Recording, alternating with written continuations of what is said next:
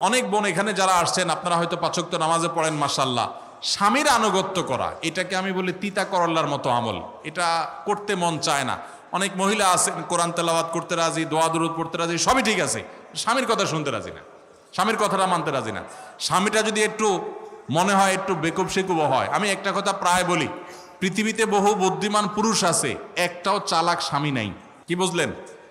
পৃথিবীতে বহু চালাক পুরুষ আছে কিন্তু একটাও চালাক স্বামী নেই। কারণ সব মহিলার কাছে তার স্বামীটা একটু বেকুব কিসিমের।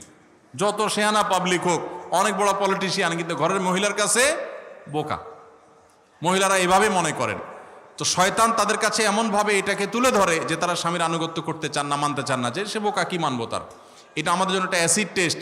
বিশেষ করে আজকের এই জোয়ার যখন চলছে, ইমান বিরোধী জোয়ার, গোটা বিশ্বে নানাভাবে প্রপাগান্ডা চালানো হচ্ছে আমাদের মা বোনদেরকে বিপদগামী করবার জন্য।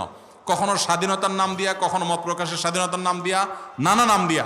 আপনারা এই জায়গাটাতে শরিয়ার সীমানা এবং যৌক্তিক নির্দেশ যতদিন স্বামীরা করবেন ততদিন পর্যন্ত তাদের আনুগত্য করবেন, বুঝে আসুক আর না আসুক সবর করবেন।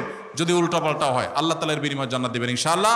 সেই সাথে চেষ্টা করবেন নিজের সম্ভ্রমকে হেফাজত করার, মেয়েদেরকে ছেলেদেরকে চরিত্রহীন যেন না হয় সেই পথ থেকে তাদেরকে বাঁচিয়ে রাখার চেষ্টা করবেন। মা বোনদের প্রতি নাসিহা থাকলো, শুধু এইটুকু বলবো, নবী করিম সাল্লাল্লাহু আলাইহি ওয়াসাল্লাম সেই হাদিসকে আপনারা মাথায় রাখেন, ইদা সাল্লাতিল মারআতু খামসাহা, মহিলারা যদি পাঁচ ওয়াক্ত নামাজ পড়ে, ওয়া সামাত শাহরাহা, রমজানের রোজাটা ঠিকমতো রাখে, ওয়া আতাআত যাওজাহা, স্বামীর আনুগত্য যদি করে, ওয়া হাফিজাত ফারজাহা, নিজের সম্ভ্রমকে যদি হেফাজত করে, তাহলে জান্নাতের আল্লাহ রাব্বুল আলামিন 8টা দরজা যে কোনোটাতে তাদেরকে ঢোকার সুযোগ করে দিবেন, তারা জান্নাতে প্রবেশ করতে পারবেন।